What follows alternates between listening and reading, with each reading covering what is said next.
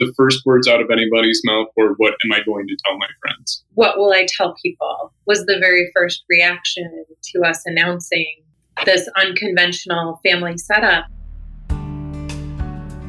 Take a girl and a guy, and they fall madly in love and form a family. Sprinkle in some counseling degrees and a doctorate, a dream of transforming relationships as we know it. And 20 years later, we give you power couple Dr. Ray and Jean Katkodian. And this is their podcast, Couples Synergy. Welcome back to another episode of Couples Synergy with Dr. Ray and Jean. I am Dr. Ray. And I'm Jean, and this is our podcast about love, marriage, and relationships. Check us out online at couplessynergy.com and be sure to subscribe to our podcast or send us any suggestions on topics you'd like to hear more about.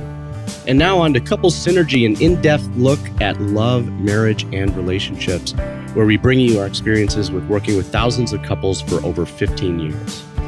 You know, every day we get to hear intimate details about a couple's celebrations, disappointments, and everyday challenges.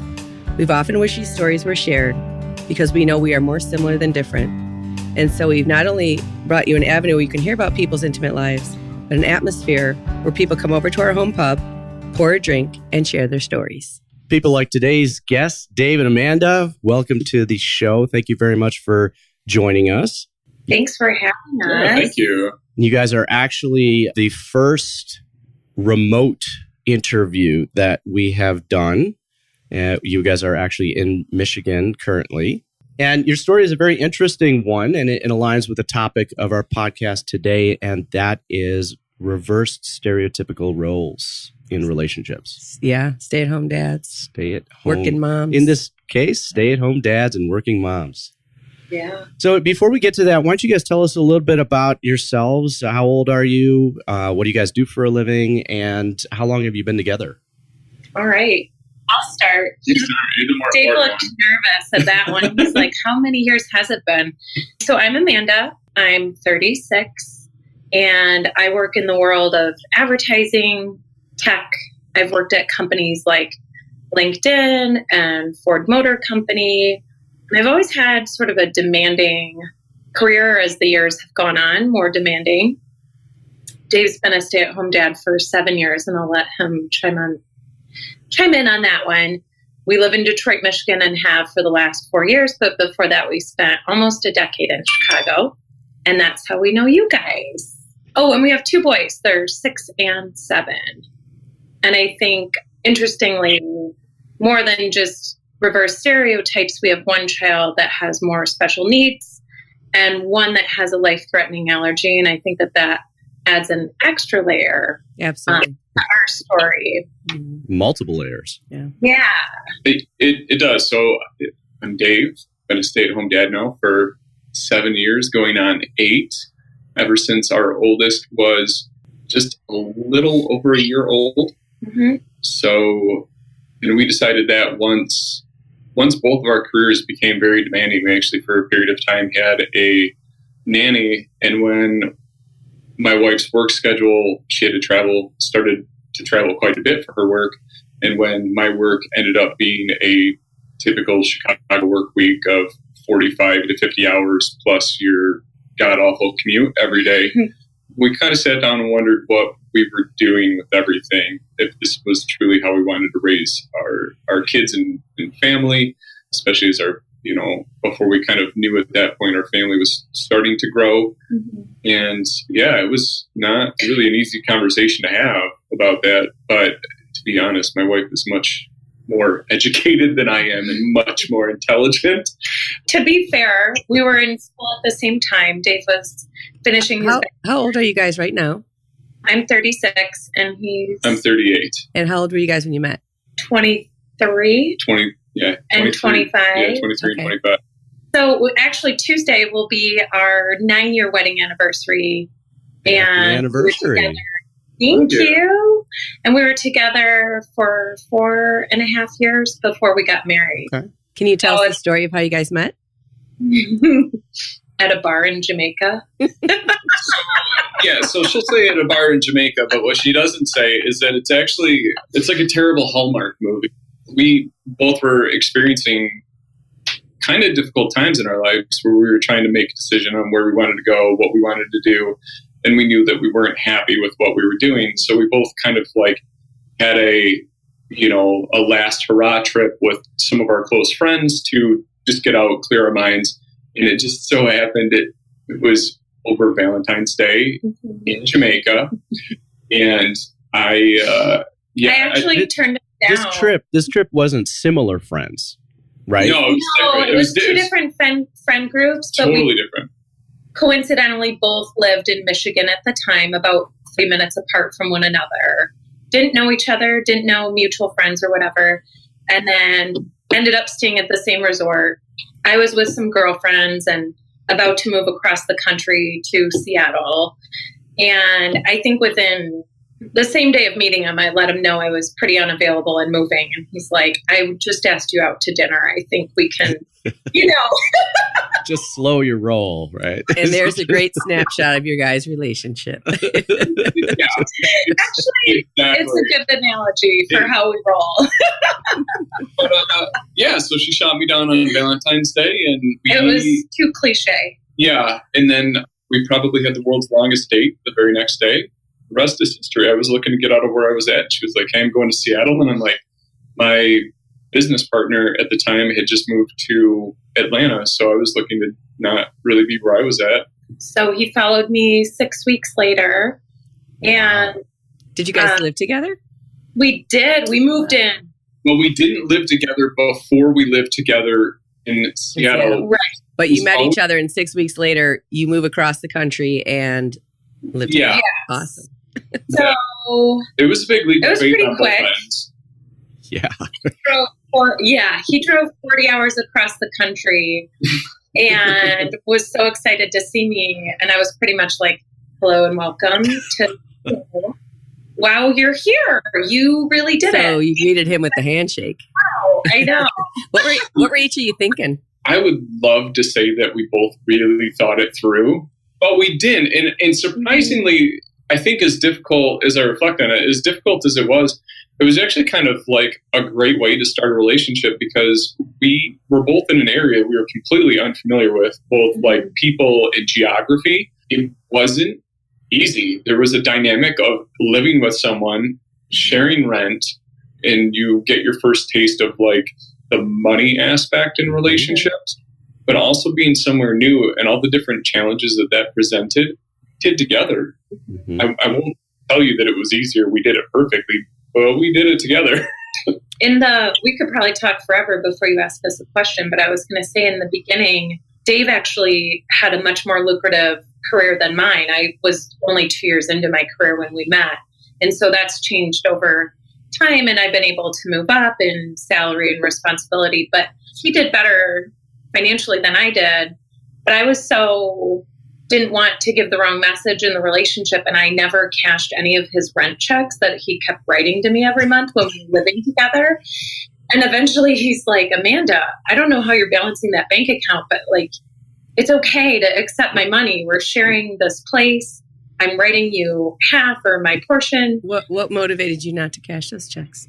I think I felt guilt of like accepting money from him, even though we were both living in the same place, because I was the one that moved us and it was my choice and I picked the expensive apartment and, which is also another tone for our relationship.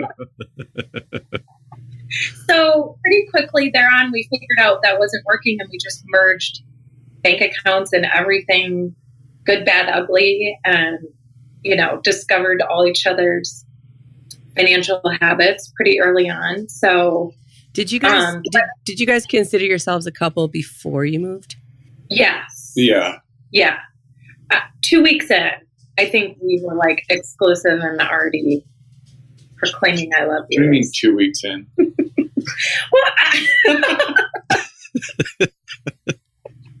The expose. Dave and Amanda. Dave, what's your perception? I would say, like I said, that we really thought about it, but I think at that point, like we just decided we were young. That was going to be it. Yeah. And that kind of set the tone for everything. How about this? What was it about the other person that you fell in love with? So I'm an introvert. I would probably stay at home and tinker and not get out and do things. Like very rarely would I try something kind of out of my realm of comfort.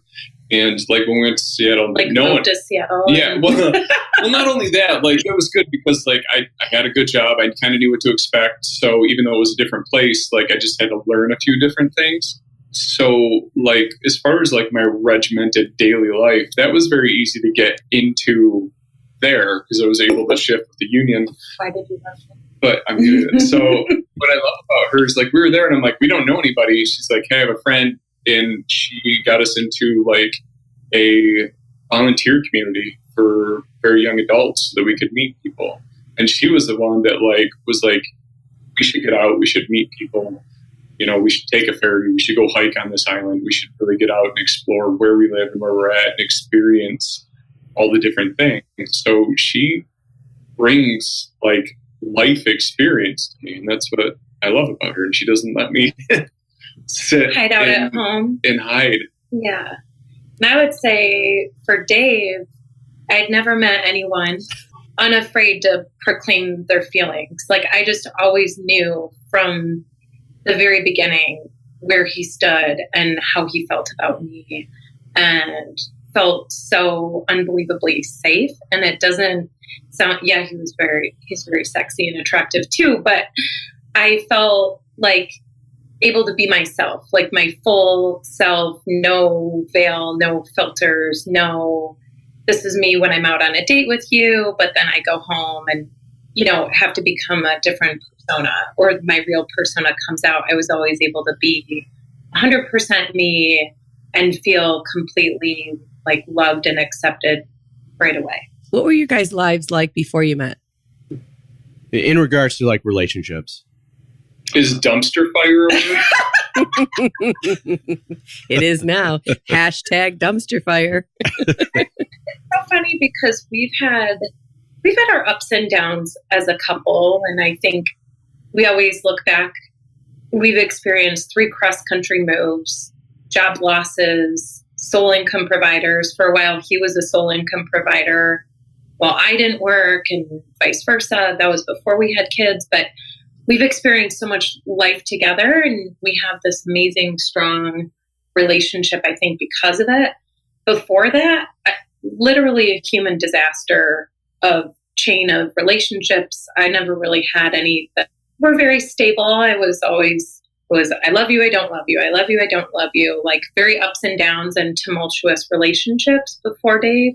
I would say the same for me. It was, I mean, if you could find the wrong person and hide them in a crowd of a million, I would immediately get that person.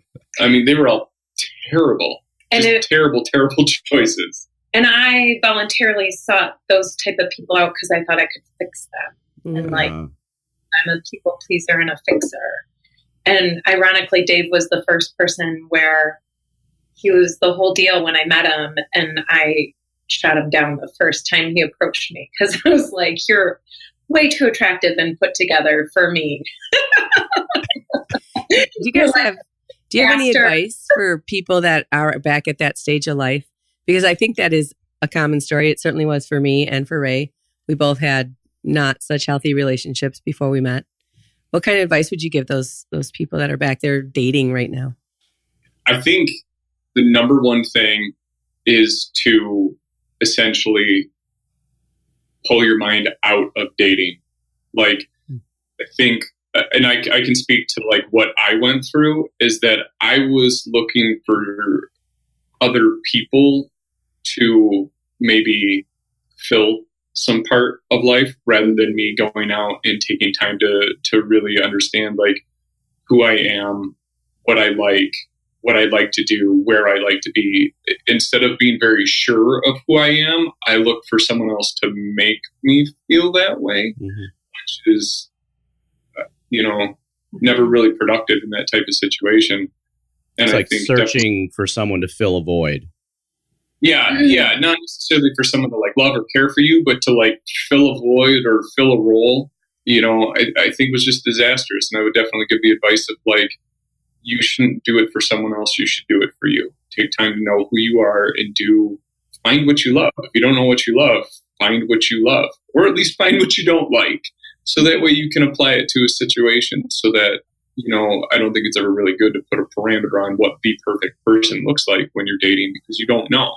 But I think it's better to find out who you are and center yourself before you put that out there. Did you find that the thing that you were looking for in another person, you actually found them lacking also?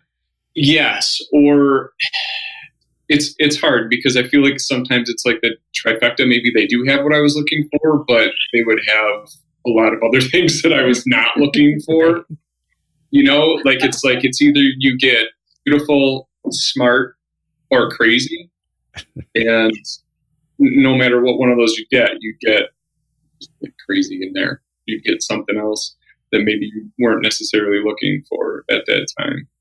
That makes any sense? Oh, it makes tons of sense. Yeah. So how long into the relationship did you guys, then get engaged, kind of get, into that next phase of a relationship? Well, next phase was hard because I feel like we were always the next phase, but we moved really fast in the beginning, and I personally needed time to overcorrect for how fast we moved in the beginning, which is why we spent 4.5 years living together before we got married. Because every time we talked about marriage, it felt too much. I knew Dave was the person, but I just knew that was a really big financial commitment for us to pay for a wedding and the ring and the honeymoon, and also the family drama. We don't in-laws, families we have very complex family relationships, and what we have together, we didn't see modeled in our lives. No. And didn't have that type of closeness. And we knew a wedding would bring all of those dynamics together. And it certainly did.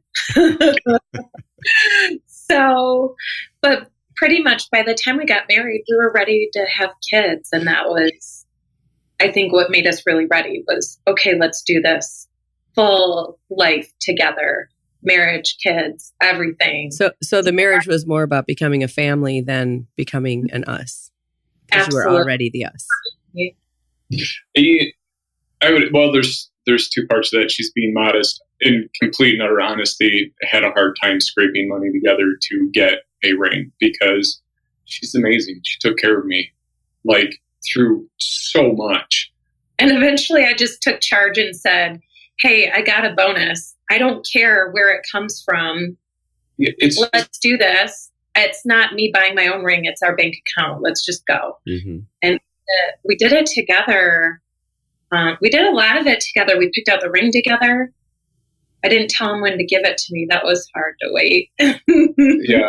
And we picked out my wedding dress together. I tried them all on by myself, and I called him up and said, hey, can you come over to this shop? I need your opinion. I think that's a very important point because couples who feel subject to the stereotypical, traditional way of getting engaged and proposing and buying a ring, all of that, they can get locked into that past tradition and then feel stuck and not be able to move forward. And couples are challenged today to create more of an us than to fill these specific traditional roles. Mm-hmm. Yeah. So I think my best advice on that is whether you're getting engaged or planning a wedding or planning what your family life looks like is figure out what works for you and your personalities together versus the man should do this, the woman should do this. Absolutely. And you guys had very little influence from your families, correct, in those decisions? Mm-hmm. We did. In a lot of the comes from, when we were in Seattle, we were not even remotely close. Even talking to people here was a giant pain because of the time change. Mm-hmm. So we had to rely on each other for a lot of that with all of our decisions in such a nature. Most of it, almost all of it was us. Yeah. Good, bad, we made it. So tell us about the proposal. Oh, I would love to tell you that it was some incredible, immaculate thing. But we honestly, just to kind of pause there for a second, just so you know, when we ask couples about this story, it is never fireworks going off. We have not heard like this stopping a baseball game and proposing in the middle of the field. No, we haven't. It actually is more of like this heartfelt, intimate type of experience. Mm-hmm. We always laugh too, because it's like, I mean, Dave, we picked it out together, so I kind of had some idea of a time frame. So there was so much pressure, I think, on him to, anytime he planned anything, it was like, is today the day? You know, and so I would come home late from work because of traffic for like 15 minutes, and she's like, "Oh my God, it's today." He was setting something up. We hear that all the time. When the woman has to wait, we hear that all the time. Like, is it this one? Is it this one? Is it this one? Yeah. So we rolled out of bed and went hiking in the snow pants, no makeup, no hair done, no like pomp circumstance. Like, we were lost, also walking in circles because there was a snowstorm, and Dave kept lagging behind and tying his shoe. I was getting really frustrated with him. He's practicing the one knee. I know. Yeah, exactly. He's like, is this the moment? Oh, wait, she's yelling at me. Yep. Like, I need to get a workout in. And then you were so sweet. You asked to take a photo of me. Great. I have no makeup on. Sure, take my picture. Whatever is your deal today. I'm just going to indulge it. What were you thinking, Dave? Well, so I just kind of staged it. So we were on this hike, and it was quiet, and it was serene, and it was like just a very personal moment. It just felt like just us and the world, you know, kind of like when it snows and everything's quiet. I set up my camera to just take some, you know, to auto shoot. Went over, and she got ready, and I got down on one knee. And I also don't suggest trying to give a girl a ring while she's trying to take off gloves and it's freezing out. Ring box. Well, you know. What was that again, Amanda? He gift wrapped the ring box, or the jeweler did. So my freezing hands were trembling, and I'm crying, and I'm trying to open the box, and eventually Dave had to intervene and like physically unwrap the ring box. I will say, whoever put like the ribbon on it, like the ribbon was made out of some sort of steel cable. Do it right the first time. We didn't want it to open and fall out. So It was very perfectly us. Private and calm and not overly planned. And we got lost in the woods for about an hour in a snowstorm after that, because we were so like excited and blissful and wanted to wait as long as possible to keep it just us before we called anyone and let them know. Which is a weird thing now, too. I guess something that I don't know if anyone's really talked about in today's day and age. Like, you get engaged, and The Instagram proposals. I felt like we instantly had to go back and like tell people that we couldn't, you know, went out to dinner and celebrated and enjoyed herself. But what is that restaurant in Arlington Heights? Harry's, Peggy Canane's. It's the Italian, the Francesca's. Yeah. That's where we went. That sounds so beautiful, that story, guys. Thanks. You know, we're hikers. We can appreciate it. We know what it feels like to be out there and you're all alone and silent. And it's awesome. No, it was great. It was just so this is 3 years into your relationship, right? Or 4 years? 4. Like almost 4, like 3.5. Yeah. Okay. We were engaged almost a year before we got married. It was right before Christmas, and then we got married that following August. So it was about 3.5. Okay. And then how long was your engagement? Like 10 months. 10 months. And it was longer because we did get sucked into the family decisions when it came to a wedding. And we ended up doing it back into Michigan. So it was essentially planning a destination wedding. So, yeah. But back to Jamaica. Yeah, I know, I wish. It would have been a much better idea. I know. So your families wanted to be part of it and support it, and so you had it back in Detroit? Yes. So, and you know what? And we had a lot of friends, and I don't want to detract from the greater subject, but we could talk about all that fun stuff for days. Yeah, that's a whole thing in itself. You know, I think it would be important to get some of those highlights, because I think a lot of people, when they get engaged, they think it's about them. And then all of a sudden, a lot of other people have opinions. They do. A wedding is more of a family event than it is a couple event. The marriage is the couple, but the wedding, depending on your family and their expectations, and even though Dave isn't as close to his parents, it was still very much involvement from both sides of the family, which can be hard. You have to really stay strong as a couple together through that process. And we always kind of knew before we got engaged, or when we got engaged, we wanted an idea of what does our ideal wedding look like between the two of us before everyone else chimes in. We did. We knew that it was going to evolve into that at some point, so at least we had at the core of it an idea of what both of us were looking for, knowing full well that our families would throw dynamite at that plan continuously. At one point, Dave's mom actually made her own invitations and sent them out to her own guest list. Oh, that's that was nice. fun to get those RSVPs in the mail and wonder. Were you expecting them? No. Oh, no. And that, you know, but it's like we look back and those things are entertaining and amusing, but we had to tackle that as a couple together and say, who deals with this? Who handles the conflict? Is it in-law? Is it bride to in-law? Or is it, you know, I pass it to Dave and he manages it?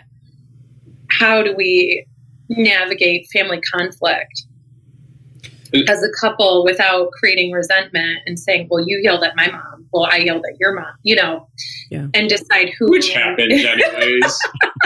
It still does. But I think it's even more difficult because when you're younger, like in your mid-20s, you're kind of like coming into and dealing with quite a bit. And I don't think I was very prepared for what that situation was going to be and how that would set the stage for relationships with different family members later in life.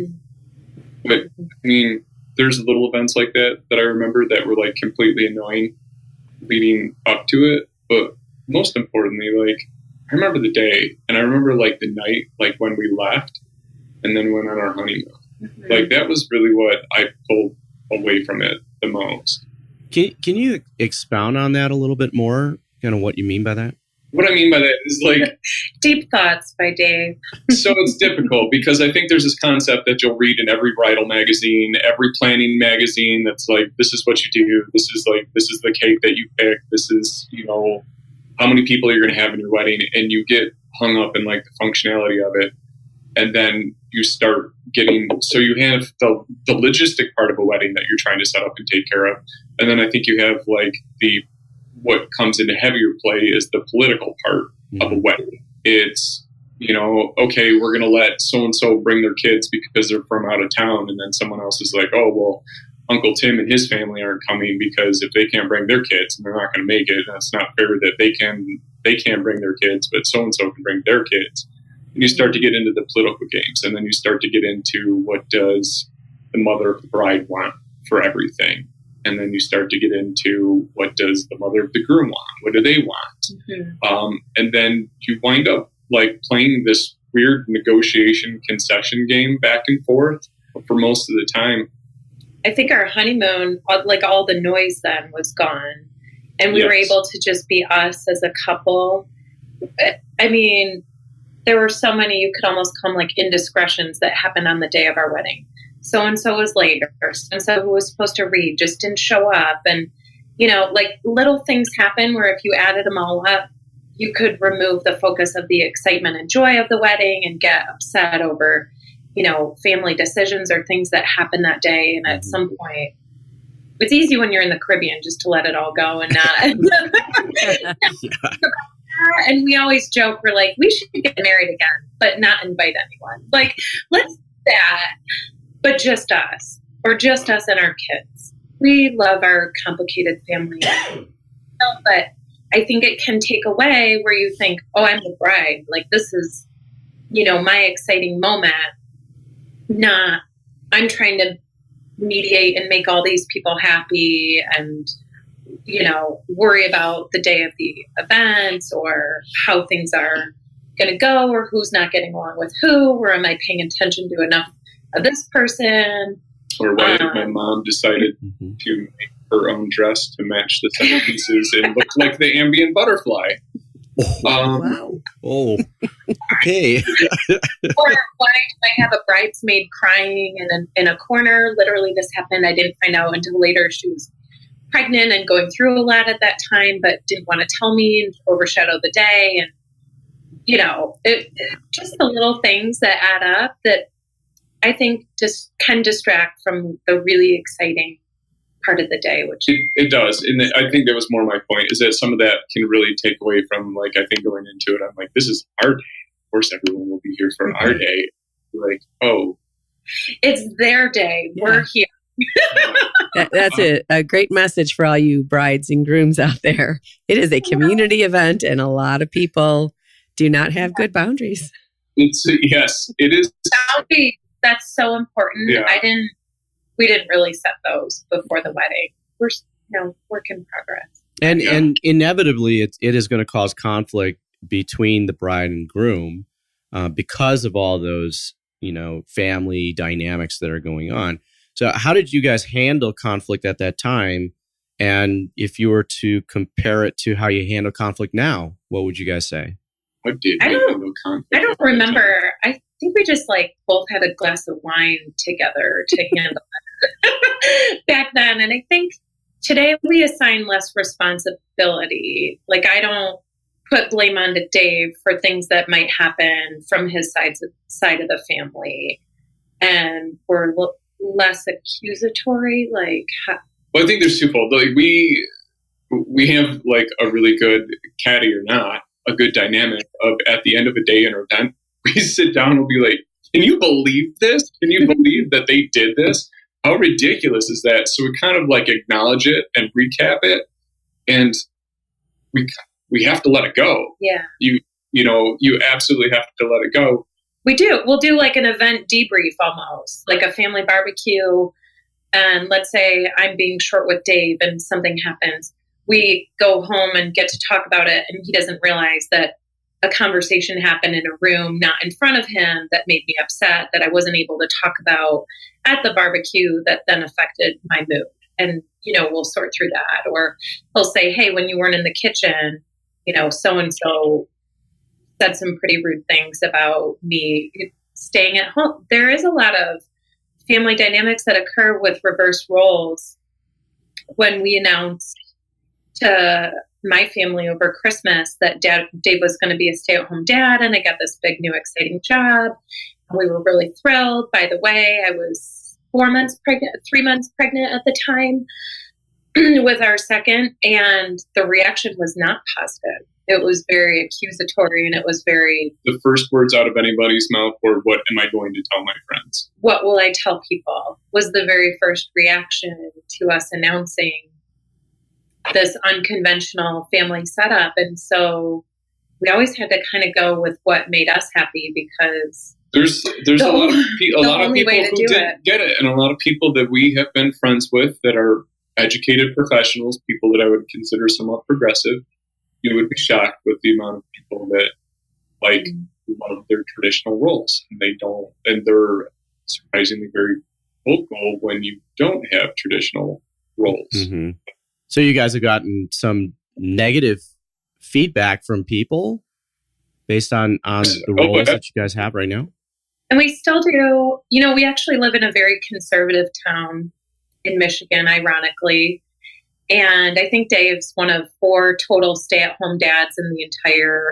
Out of a city of 100,000 people. I'm sure there's a few they're hiding, but it's not a common setup. I mean, we were fortunate in Illinois. It was just more progressive in general. There were some people who had to adjust to our dynamics. But I think once you get to know us as a couple, it's just easier to take. But here it was harder, I think, setting up a new friend group and introducing ourselves as this couple. And even when I was at Ford, which is a very conservative company, I was in a management role. And a lot of the male management, their wives didn't work, even at my level. But I had to I pretended in the beginning that Dave ran his own business on the side. It took me, I think, 3 or 4 months to be able to admit the truth and say, yes, this is who we are.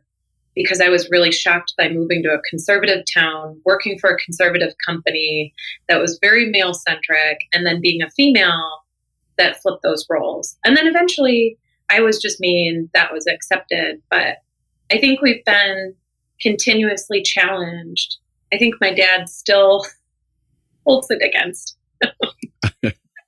which like the man should take care of the woman, and falls into, I mean, he is a very progressive Democrat, all for the rights and civil rights, very staunch advocate of equality in all things. But to present this to him, I has no idea how to communicate to me. It's as if I'm some sort of different gender other than male or female. But no, a lot of people just, they don't understand it, which I think in the beginning, one of the difficulties with being a stay-at-home parent was not parenting. It was not changing diapers. It was not teaching my kids to potty train. It was none of that. The hardest part of it was being okay with not generating income. They love mom, I'm nurturer, but Dave, it's I need something. And Dave, it's just that comfortable role, even on weekends where, he's the go-to. Right. I'm the go-to for nightmares in the middle of the night, but hey, my Lego isn't working, or I need a sandwich is daddy. Do you find that some of the things that people say are more stereotypical, like women being more emotional or men being more stoic, has changed you guys because your roles have changed? Yes. I find it's interesting because I can easily slip into a traditional archetype, even though I'm a female. I'm busy, I have a full work day, and then maybe I have a work event, or I travel and I come home and I'm tired. And it's really challenging to dive right back in headfirst to parenting without saying I need actually an hour or two. And I'm always analyzing my actions. Is that what a normal mom would do? Or is that more what the working man would do, or sole provider would do? And I think a lot more of in terms of sole provider versus man of the house. And I have a lot of male friends who are in similar roles, and we can relate. Sometimes it weirds them out because I'm a lady, but also it's you get the pressure. You have the same challenges with your husband, even though he's a male, you're a woman. He's a man, you're a woman. You guys have the same conflicts that my wife and I have. Right. We're at an interesting phase too, where the kids are going into 1st and 2nd grade, and Dave will tell you he wants more, but I also have a lot of pressures on me and really like the comfort of, I know this is being taken care of at home. So Dave, you missed this question, but your part's important too, is how has the role reversal changed you as a person? Has it made you, more emotional or more changed you in some way? Yes, actually, it's changed me dramatically. Like I said in the beginning, the hardest part was being okay with not. So when I was younger, I've done a lot on my own. I had no help from my parents. I had no help from anyone. I had to fumble my way through things. So I did what I could to make cash. I ended up having 2 very lucrative businesses. So I've always worked even for a formal company and then on my own, an average of 80 hours a week. When Amanda and I first started dating, she thought maybe I had another family because it was I swear I'm working.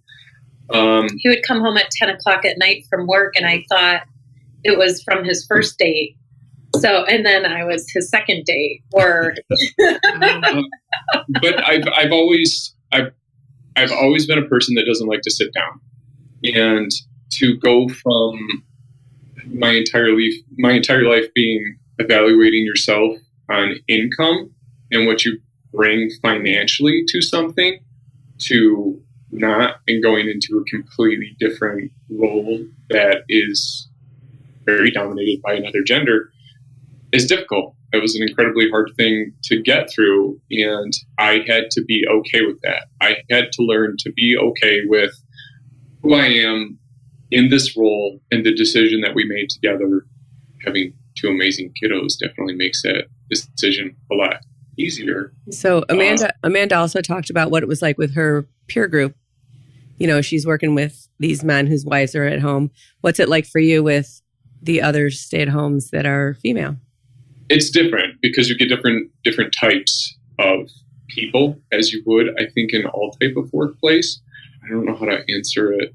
It's interesting because I would say here, Dave has a really stable group of stay-at-home moms who prefer to go to him for questions. They'll occasionally say, hey, do you know what's going on with this teacher? Can you please ask Dave?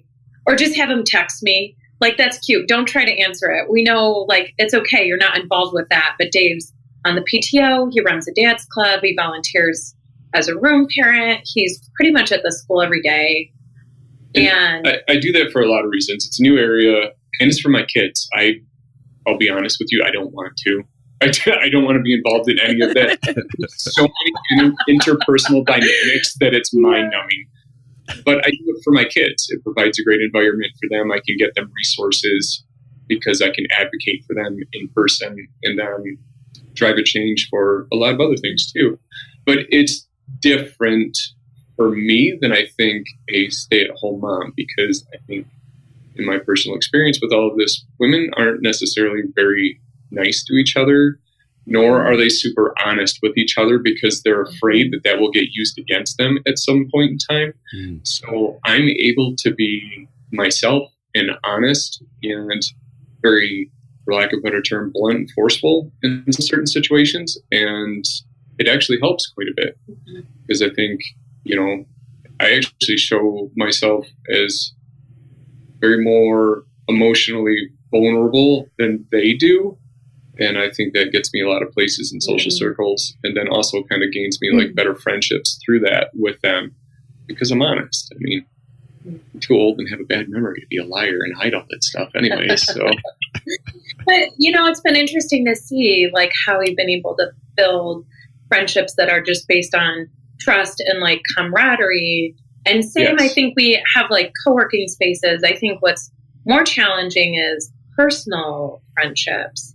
And, Dave befriending the men who are at work and their wives are at home, or their wives are the ones that have Dave on speed dial to figure out who's going to be so-and-so's teacher next year because Dave's known since last May because that's just how he is. And, So that's an interesting topic. I mean, one of the questions, we ask couples is, how do you navigate opposite gender friends? And I think you're kind of touching on that, right? So that part is actually very difficult, and it's taken a little while to get to read that situation because there have been the occasional stay-at-home moms who try to get a little too close. So we've had to be really open and honest with each other, and if we found we were more comfortable telling someone of an opposite gender in our peer group something that we couldn't tell our spouse, why was that happening? And that we should have that discussion together. Like, if I have an issue or a frustration with, as the sole income provider, here's my stresses, and, I have to cut it off at a certain point and have that conversation with Dave and not have that conversation with others, because then you build a bond with someone else and not your spouse. Right. And I think that both of us had to find our boundaries. I think both of us, it's tempting to get too close, not in a physical or even emotional relationship, but it's like, if you're more comfortable going to someone else, why is that? And then if you continue to go to someone else instead of your spouse about those things or your daily frustrations, then we separate as a couple. I think that's like a continuous ebb and flow. Every now and then I'm like, I saw how that mom looked at you. What? Yeah. I'm not into that, and I'm completely oblivious to a lot. So she'll actually I'll say, hey, I think you need to pull back because I know you don't share those feelings, but I can see those feelings across a room at a PTO event. What's transforming on the other side of this? But which is also important too, because we do a lot together. Even though I do these things, like we do it, like even PTO events are perfect. If it's a school event or whatnot, even if I'm helping out with part of it, we still do a lot together. So, so that we not only A, are there for our children, but B, we're there for ourselves. And then also, C, we're kind of there to keep an eye on each other's backs to make sure there is no miscommunication on anyone's end. We do get made fun of because we'll do school drop off in the morning together, and we live in a walking district. And we'll hold hands on the walk home. And I think part of it's intentional to say, like, hey, we're united as a couple. We might not have a conventional setup, but we're still a very close couple. That's awesome. Which that in itself, too, is very interesting, too. As you get older, you realize that there's a lot of couples that are what we like to call, like, business couples. And they're the ones that are like, I'm the man, I make money, you make sure that the kids get to their music classes and do everything else. And our finances are very, narrowly trimmed, and they go through the motions, but they're like about business. You don't see them touch. There's no affection there. That actually kind of creates some, I think, kind of rifts because confuses everyone even more. Yeah. Right. Yeah. I mean, because they're expecting you guys to be the ones who have that. Yeah, like especially where we live, it's very common. And I think, how can they have a healthy marriage if she's the one that works and he's the one that stays at home, and he's the one that volunteers at the school, and she's the one that's always seems to be traveling when everyone has the flu and there's a school event or conferences. And how does that work? And yet they still love each other. Yeah, we call those couples who live parallel lives, right? They're kind of doing their own thing. Maybe they communicate when it comes to logistics. Yes. Right. But when it comes to actually sharing, intimacy and connecting as a couple, that's something that they just don't do. The kids are actually in the middle, right? Yeah, they're good at sharing information. Do you guys sleep in the same bed? So that's a good one. We try to. We absolutely try to. And last night, both kids slept in our bed, and I slept in one kid's tiny bed, and he slept in the others. Yeah, and it's sometimes as a parent, you just do what you got to do, and if your kids sleep in your bed and they want to sleep, have at it. No, Well, I think we need to also clarify. I mean, you guys did mention that you have, kids with special needs. Right? Yeah, so I was going to say that is a big part. Sleep is a really hard thing in our house, especially for our older son. He has sensory processing issues and has a really hard time calming down at night and being able to have restful sleep. And the younger one, as we talked about earlier, because we spent so much time in his early years paying more attention to the older one, he always feels left out. And I think we're always trying to overcorrect for years of him maybe not feeling that same level of attention. And so they're best friends, and we end up either splitting up and snuggling with each of them at the beginning of the night, and then coming back together as a couple and saying, hi, I'm going to meet you at 10 o'clock and we're going to talk and we're going to have a glass of wine together, or we're going to watch a show together. Because there will be weeks where we get caught up in tending to all the kids' needs and making sure that they're both okay. And I don't want to use it as an excuse, but especially our older son, we feel like there's a legitimate need to be there. We can't just say, cry it out, he would be a disaster and be up until 1 o'clock in the morning. No matter how heavy the blanket is, or, the rituals that we did before bed, there's still a certain element of tending to those needs and making sure he can fall asleep at night. The rest of the day, we're able to have this conversation and our kids are in another room playing, but sleep and bedtime tends to be hard.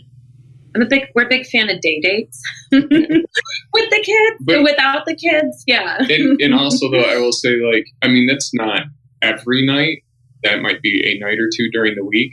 And then we very full well we'll sleep together, and then our youngest will wander in, and I love him and I love my wife, but they sleep like starfish and diagonally in the bed, and I wind up with and somebody's hand on my face, and I just give up and I go to a different room because I actually want to sleep.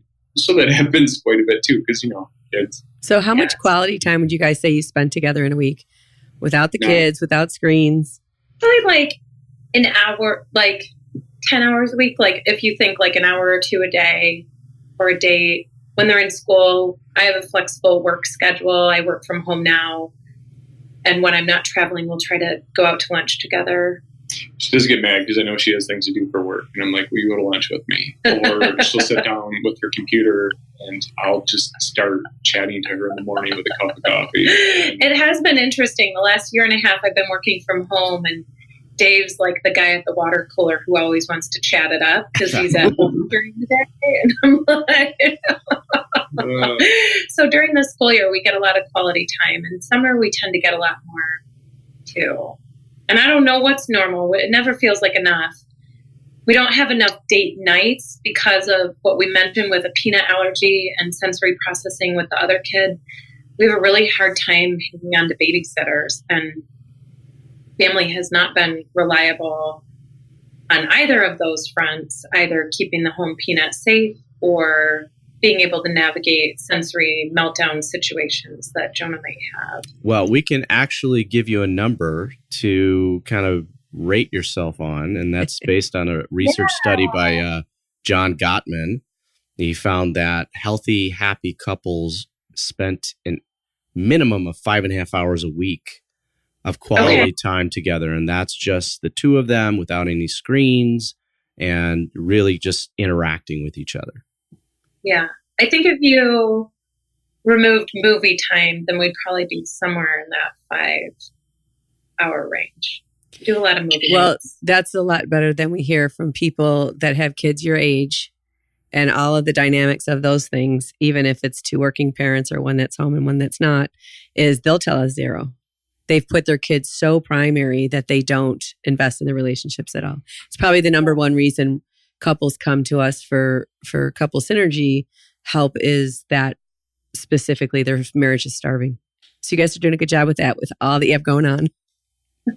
We always joke that we actually still love spending, if we could work together and run a business together and be together all day, we would still miss each other after a grocery run.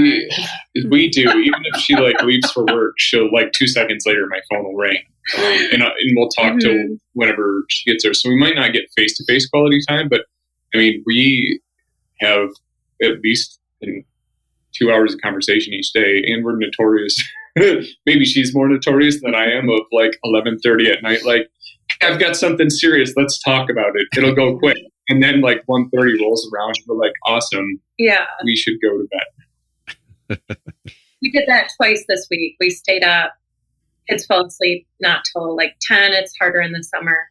And we stayed up till 1 a.m. 2 different nights, just talking, catching up on the day, or it was too busy and frenetic and we weren't able to have that phone time that we might normally have had. And we both have a lot to say. And I think I recognize too, Dave's in a more isolated role, even though he's found a peer group to indulge that. I didn't used to be as open to conversation. And I think that was frustrating for Dave.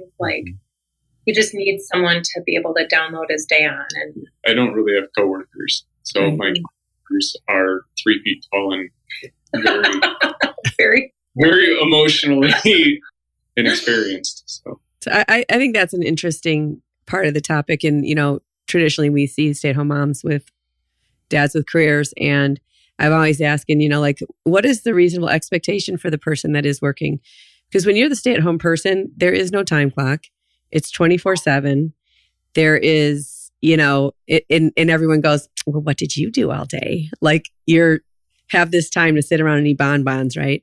And so how did you guys decide like who is going to do what and how you guys divvy things up and how involved both of you are? I think in the beginning, I was totally guilty of falling into that role of, well, I worked all day and I see there's dishes in the sink. And he's like, what you don't know is that we had to run to the doctor's office and that took 2 hours and then another hour filling prescription. And then someone spilled milk and I had to mop the floor. And so, you know what, you're lucky all you're seeing is the dishes in the sink because my day was a disaster. And that's not really fair. And so we had to set boundaries of, even though he's with the kids, he's not the maid and the nanny and the chef and how would we still divide up responsibility? Because I think I was coming from it as like a resentful, like, how lucky for you, you get to be with the kids all day. I wish I could be with them all day. So if you're going to be with them all day, I'd also like to not have to do anything around the house because that's your job, not my job. And we all know Dave would never leave dishes in the sink. Right? I know. And so, it was, okay, instead of coming, like, how about coming at it as like a reasonable human being? What can I expect? What are your goals during the day? And then I would share, well, I really love cooking dinner, but I can't do it 7 nights a week. So maybe 3 nights, is that good? And I can cook 3 nights and then, you can cook the others and we'll try to communicate and not create resentment. But yeah, I mean, what was your tipping point? Because we've certainly had that argument quite a few times. So. I think it's impossible not to. And I don't know if it's even remotely indicative to our situation, but just I think every couple in life, whether one works, one doesn't, or you both do. Now, like with volunteering at the school, I'm at the school for 2 to 3 hours a day. Granted, I still have like maybe another 4 hours, and that sounds like a lot, but it's not. And I think the only time that it really flares up as far as like you should be doing this or taking care of that is we bought an old house from an original owner, and to say it was a 1960s time capsule was an understatement. Where it really flares up is when I drop the kids off at school and I start demoing a bathroom. I go to lunch, I come home, I finish it. When she gets home, it's like it shows what you don't do because I didn't have time to do any laundry, any dishes, nothing. The house is probably worse off because I've been tracking stuff in and out the door all day. So that's when it does kind of flare up. And I get it, because, she has been out there providing insurance and income for us all day long and making sure that we can do remodels and that we can make our mortgage payment and have decent cars and pay for our outrageous car insurance in Michigan. And it's hard, but I think that's hard for any couple. I think that's hard for any couple that you both work. How do you, and I'd love to say that we've got a magic bullet for it, but I don't know how you do figure out at the end of the day who does what, how you still get time together, and how you get time also importantly for yourself. And then how do you divvy up time to your family? How do you divvy up to all of the who's going to grocery shop and do all of this? Mm-hmm. It's hard, and sometimes they're better than others, and other factors come into that too, whether someone had a really crappy day at work or if all of a sudden I start traveling. It kind of, I'd say it's always in an ebb and flow, but I feel like we do more of a team approach. And I feel like this took 6.5 years out of the last 7 for us to get to this. Oh yeah, absolutely. It takes so long, and then something will change. Maybe I'll have to go to an office soon and it'll be different. But now it's more of a team approach. I felt all this pressure to try to do all the appointments, like all the things at school and all the doctor's appointments. And Dave helped me let go of that. Like, it's okay. And we prioritize. Okay, I just want to be at the annual doctor appointment. That to me is the most important one, where you talk to the doctor, but sick day or dentist, like, it's okay. I let go of some things and I absorbed some other things back because I didn't feel like the weight of the world was on my shoulders. But that also too is maybe a little more unique to our situation, because a lot of ladies that I know at school, their husbands have never been to a doctor's appointment. Yeah. Right. And with, Amanda, of course, being a woman, she's invested in her kids. So she wants to be there. She doesn't ever not want to be there for something that could be big, even if it's small. So I think it's hard to emotionally turn off that maternal instinct and give it, even though I'm fully capable of it, it's still hard. And I mean, like, it's that expectation of, well, you're the mom. Like, it doesn't matter if you're a sole provider or not. Where is the mom at this appointment? Or I've never met the mom, at any of the. So it's that like drive of that maternal connection and the fact that I care and want to be there. But certain things like I hate the dentist. I'm okay with letting go of that one. The kids do better when I'm not there. So and there are, but you do develop, like in our relationship, we've developed that. We're like, I can take kids to certain places and I don't have issues with them. But because she is the mother, and like I get to be the guy that they build Legos with, play video games with, like learn how to be little gentlemen and say please and thank you. And I'm more rigid on that stuff. Not that I'm like uncaring or anything, but I'm more like, you guys, this is please and thank you. They should happen all the time. I'll take them to, unfortunately, if they've got to get blood drawn for something, I'll do that. I don't take Amanda because she's the one that comforts them. So sometimes in those situations, they know. And I would just probably cancel the blood work because I couldn't handle that, right? We don't need it anyway. It's okay. Well, I think it's a really good point that regardless of the roles that you fill based on gender, right, that ultimately you have to have communication between the two of you to kind of figure out what is going to work for both of you. And if you just rely on traditional roles and try to, fit that definition, there's a gap. There's some lacking here. And that's kind of what a lot of couples are struggling with, regardless of whether it's a stay-at-home mom, a stay-at-home dad. Right? Yeah. Because I think that when you're in the sole provider, stay-at-home parent setup, regardless of gender, there's that temptation to say, well, fine, then you're responsible for everything at home. Right. And I'm responsible for everything at work. And I actually realized while I have more, I think, financial pressure and stress, my day, I can like go to Starbucks and be myself for 10 minutes or carve out that time. Dave doesn't get a coffee break. Maybe when the kids are at school or in between drop off and when he has to go for his first volunteer spot, but it's not like he's catching up on movies or definitely. And honestly, I mean, you guys have seen it through my Facebook page, like the remodel and everything like that. That's how I kind of value myself. And Amanda has to remind me, like even at breakfast or at the end of the day, she's like, sit down. Because I have and even still, even though I'm comfortable and I'm very happy, I'm very fulfilled in our situation, I can't sit down because I feel like I'm taking advantage of the situation. Like on a daily basis, I have to be doing something. She and not like as a boss or permission way, she'll have to tell me just to, or say, hey, just don't do something because I can't. I don't ever want her to feel like I'm taking advantage of the situation. And I think of all things, that's my biggest fear. It's not trying to get back into the workplace or anything like that, but it's to have a rift like that in your marriage where you feel like the other person is taking advantage of the other person. Sure. That terrifies me because I don't ever want her to feel like that. Well, we have a final question for you guys here. How do you know, what does your partner do that they love you? So I'm like... It's okay, I'll only judge you on this answer for the rest of our relationship. How I know he truly loves me, and I was thinking about this morning. It's like, I'm a very absent-minded, frenetic person, and I think at any given point in time, I have a cup problem. So like in my car at any given time, I'll have like 2 water bottles, a coffee mug, a smoothie mug. There'll be like a mason jar with like half drank coconut water in the bathroom. There's like cups all over the whole house.